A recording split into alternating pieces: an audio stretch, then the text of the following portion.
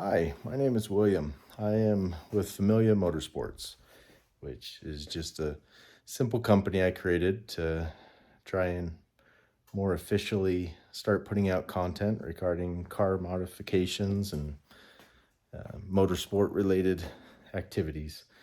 I have been playing with cars for a long time. I've had quite a few different cars and trucks that I think are pretty neat and done some fun things to it. And I just thought it might be wise to try and share it a little better, and see if it has some value to others, see if it gives me something more official to do with my car hobby. I currently own a 2014 Nismo 370Z. This is my third Z or G car. I had a Z32, or the 300ZX single turbo, 1984. That's one I kind of fell in love with. And then I got an Infiniti G35 I modded out and enjoyed. And now I've got this one. I really like it. It's been awesome. Had it for about 4 or 5 years. It has a single top mount turbo, built out engine, rods, pistons, all the good stuff to hold the power, and just many modifications all the way around. I'll throw, I have a spreadsheet with all the build lists, trying to keep track of what I've done to it and what's been done to it prior to when I owned it.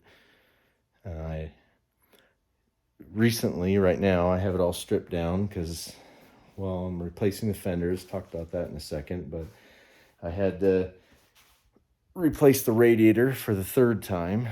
I had the CSF radiator, replaced it twice. I just am not messing with that thing again. I'm going with the OEM, and I'm feeling good about it. I think it'll hold up better now. And I recently also just changed the oil turbo feed source from, it was using the sandwich adapter by the oil filter, which, as I've researched into precision turbos, realized that that's not ideal. That's pulling it from what they'll call a contaminated oil source. It's better if it's pulled from the sensor, the OE sensor location, just using a T-fitting. So that's what I recently did, and I feel really good about that. That's right after the filter, clean oil, has good pressure. So I'm running that out.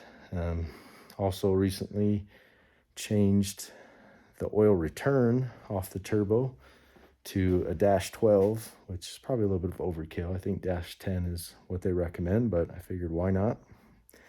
And also, I changed it to dual catch cans.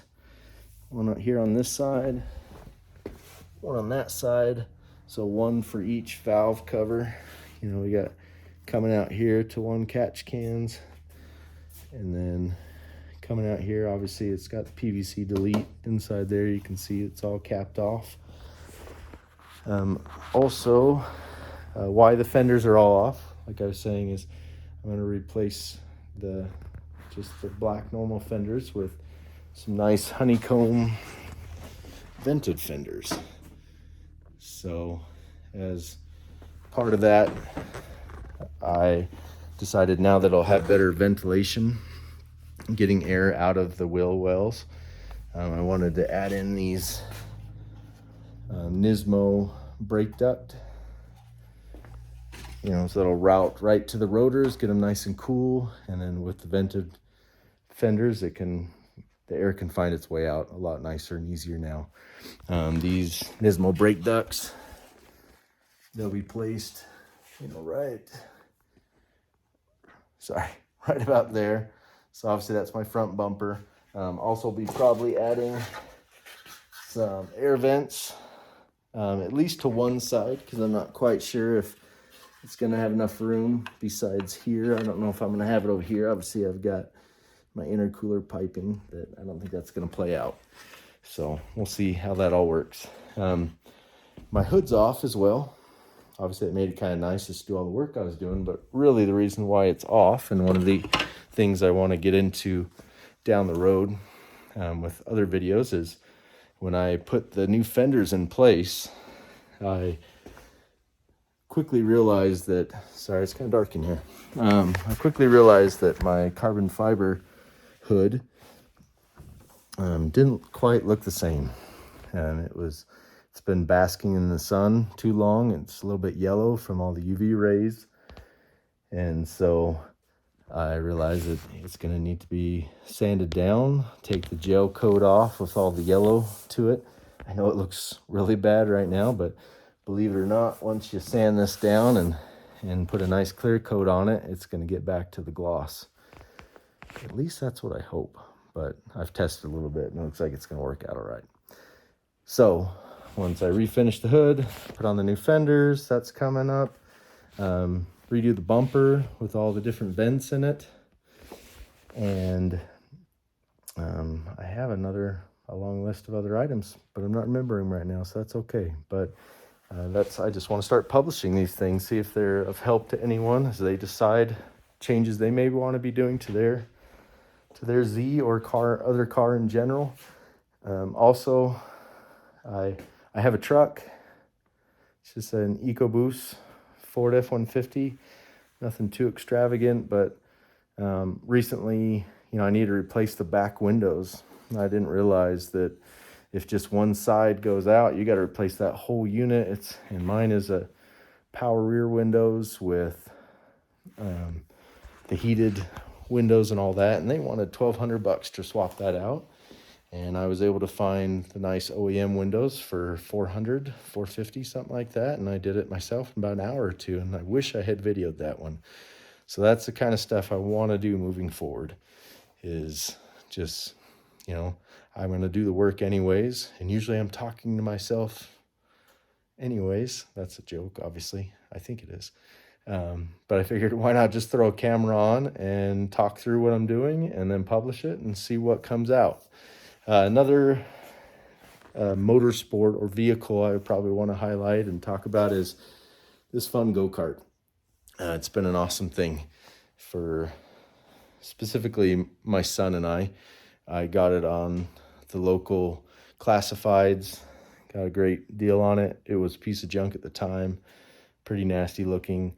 All the bearings were all seized up.